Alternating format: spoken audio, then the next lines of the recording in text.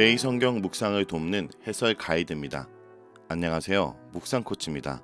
함께 읽고 나눌 말씀은 요한계시록 17장 1절부터 18절까지 말씀입니다. 오늘 본문은 요한계시록 결론부가 시작되는 17장입니다. 요한계시록은 크게 두 가지로 마무리됩니다. 하나는 최후의 심판이고 또 다른 하나는 최후의 구원인데 17장부터 20장은 최후의 심판을, 21장부터 22장은 최후의 구원을 다룹니다. 특별히 17장부터 20장까지 최후 심판에 대한 부분만을 먼저 구분해보면 17장부터 19장 10절까지는 바벨론에 대한 심판을, 19장 11절부터 21절까지는 두 짐승에 대한 심판을, 20장 1절부터 10절까지는 용에 대한 심판을, 그리고 20장 11절부터 15절까지는 그 추종자들에 대한 심판을 말합니다. 오늘은 17장 바벨론에 대한 심판을 살펴보겠습니다. 1절에서는 물 위에 앉은 큰 음녀가 등장합니다. 이 큰 음녀는 5절에서 바벨론이라고 말합니다. 음녀가 바벨론이라고 말하는 것은 역사상 등장한 실제 바벨론 나라를 말하는 것이 아닙니다. 이것은 이스라엘을 괴롭혔던 바벨론이라는 나라를 모델로 삼아 영적으로 동일한 속성을 가진 악의 도성을 음녀의 메타포로 의인화시킨 것입니다. 그러므로 음녀 바벨론은 하나님을 떠난 세속의 문화, 세속의 문명을 총칭하는 말입니다. 그렇기에 음녀는 사도 요한 당시에는 로마였을 것이고 주님의 재림까지는 계속될 세속적인 도성 또는 문명이라고 말할 수 있습니다. 이 음녀가 물 위에 앉아있다라고 말하는데 물 위에 앉아있다는 것은 이집트 문명, 메소포타미아 문명, 인더스 문명처럼 문명의 발전이 강을 끼고 발전한다는 것을 염두에 두고 쓰인 표현으로 음녀의 세력이 강범위한 세계로 퍼져 있다는 것을 의미합니다. 즉, 음녀가 정치, 사상, 경제, 이념적으로 세계를 지배하고 있는 모습입니다. 자, 그런데 여기서 우리가 계시록을 묵상할 때 주목해야 될 두 여인에 대해서 잠깐 알아보겠습니다. 하나는 바벨론을 지칭하는 음녀, 또 다른 하나는 새 예루살렘을 지칭하는 어린 양의 순결한 신부입니다. 바벨론을 지칭하는 음녀는 인간 스스로 이룩한 세속적 문명이고 새 예루살렘을 지칭하는 어린 양의 신부는 하나님의 은혜로 만들어진 하나님의 백성들을 상징합니다. 이와 같은 두 여인을 통한 대조는 잠언에서도 음녀와 지혜 있는 여인과 같은 구도로 등장하기도 했습니다. 이렇게 악한 세속 문명을 음료로 비유함으로써 그 유혹이 너무나 달콤해서 세상 사람들을 미혹한다는 것을 강조하고 있습니다. 2절에 땅의 임금들도 그와 더불어 음행을 하였고 땅에 사는 자들도 그 음행의 포도주에 취하였다 하고 땅의 임금들과 땅에 사는 자들이 음료와 더불어 음행을 저질렀다고 말하는데 여기에서 음행은 영적 음행입니다. 그들은 음녀 바벨론의 음행에 동참하여 하나님이 아닌 우상을 섬기며 하나님의 이름을 모독했습니다. 그런데 이러한 음녀 바벨론은 짐승과 아주 밀접한 관계를 가지고 있습니다. 이 관계를 3절에서 성령께서 사도 요한에게 보도록 합니다. 곧 성령으로 나를 데리고 강야로 가니라. 내가 보니 여자가 붉은빛 짐승을 탔는데, 짐승과 바벨론의 밀접한 관계는 여자가 짐승을 탔는데 라는 표현을 통해서 드러납니다. 이 짐승은 요한계시록 13장에서 바다에서 올라온 짐승, 곧 적 그리스도를 지칭하는 것입니다. 그 짐승이 권력을 통해 세상을 공포로 밀어놓고 사람들을 통치한다면 음녀는 크고 화려한 삶에 대한 보장과 갖가지 쾌락과 재미를 통해 사람들을 미혹하고 중독시키는 존재입니다. 4절과 6절에서 음료에 대한 더 구체적인 묘사가 있습니다. 4절의 음료는 자줏빛 옷과 붉은빛 옷을 입고 금과 보석과 진주로 꾸미고 손에 금잔을 가졌습니다. 이는 음료가 사람들을 외적인 화려함으로 미혹하는 모습입니다. 사치와 외모 지상주의와 같은 가치관을 유포하고 그것을 탐스럽게 만들어 놓는 일을 음료가 합니다. 음료의 덫에 걸리면 누구도 헤어나오기 힘듭니다. 사람들은 점차로 음료의 유혹에 넘어가서 물질적인 가치관과 쾌락주의를 삶의 우선순위로 정해놓고 살아가서 순식간에 이 세상은 외형과 외모로 대접받는 장소로 전락해버리게 됩니다.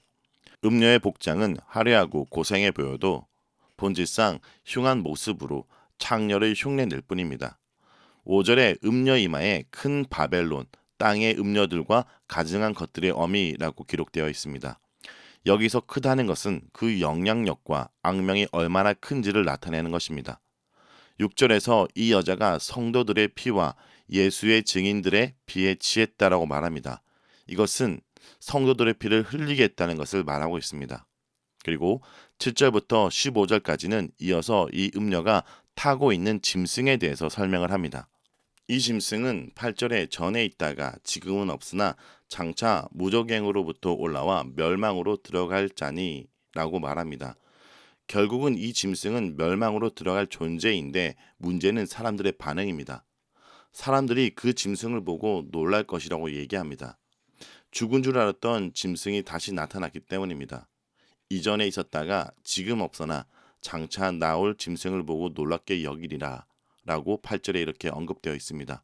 이 짐승은 지금 교묘하게 주님의 부활을 패러디하고 있는 것입니다. 그런데 사람들은 그 짐승의 최종적인 결국을 알지 못하기 때문에 미혹을 당하고 있는 것입니다. 이렇게 이 짐승의 존재를 어떤 관점으로 보느냐 하는 것이 매우 중요합니다. 그 짐승의 현실적인 모습만 보고 기이 여겨 추종할 수도 있고 그 짐승의 영원한 운명을 보고 속지 않을 수도 있습니다. 이 짐승은 7머리와 10뿔을 가지고 있습니다. 7머리는 7왕, 10뿔은 10왕인데 먼저 7머리에 대해서 살펴보겠습니다. 10절과 11절이 7머리에 대한 해설입니다. 또 7왕이라 5은 망하였고 하나는 있고 다른 이는 아직 이르지 아니하였으나 이르면 반드시 잠시 동안 머무리라. 전에 있었다가 지금 없어진 짐승은 8째 왕이니 7 중에 속한 자라 그가 멸망으로 들어가리라. 7왕 중 5왕은 과거의 인물이고 현재 왕이 존재하고 나머지 또 다른 한 왕이 미래에 있을 인물입니다. 그런데 11절에 8째 왕도 있습니다. 그렇다면 이것이 과연 무슨 말일까요? 7 가운데서 5은 상징적으로 사탄적 유혹을 하는 왕들로서 이들은 결국 사라졌고 6째 왕은 현재 통치하는 왕인데 마지막이 가깝지만 아직 마지막은 오지 않았음을 말합니다. 아직 나타나지 않은 미래에 나타날 세력이 있는데 그 왕이 바로 7번째 왕입니다.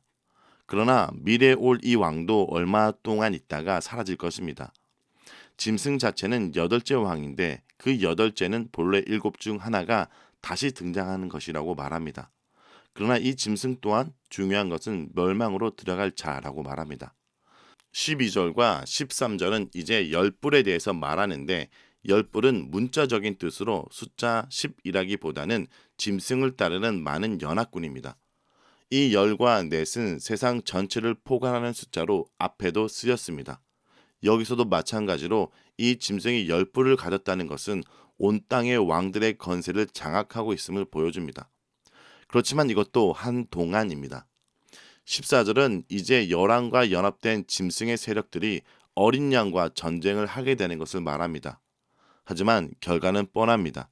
어린 양이 만주의 주시요 만왕의 왕이시므로 결국 어린 양이 그들을 이기실 것입니다. 그리고 무엇보다 그들이 어떻게 망하는지를 언급하는 16절을 보면 그들은 스스로 자멸하는 것으로 볼 수 있습니다.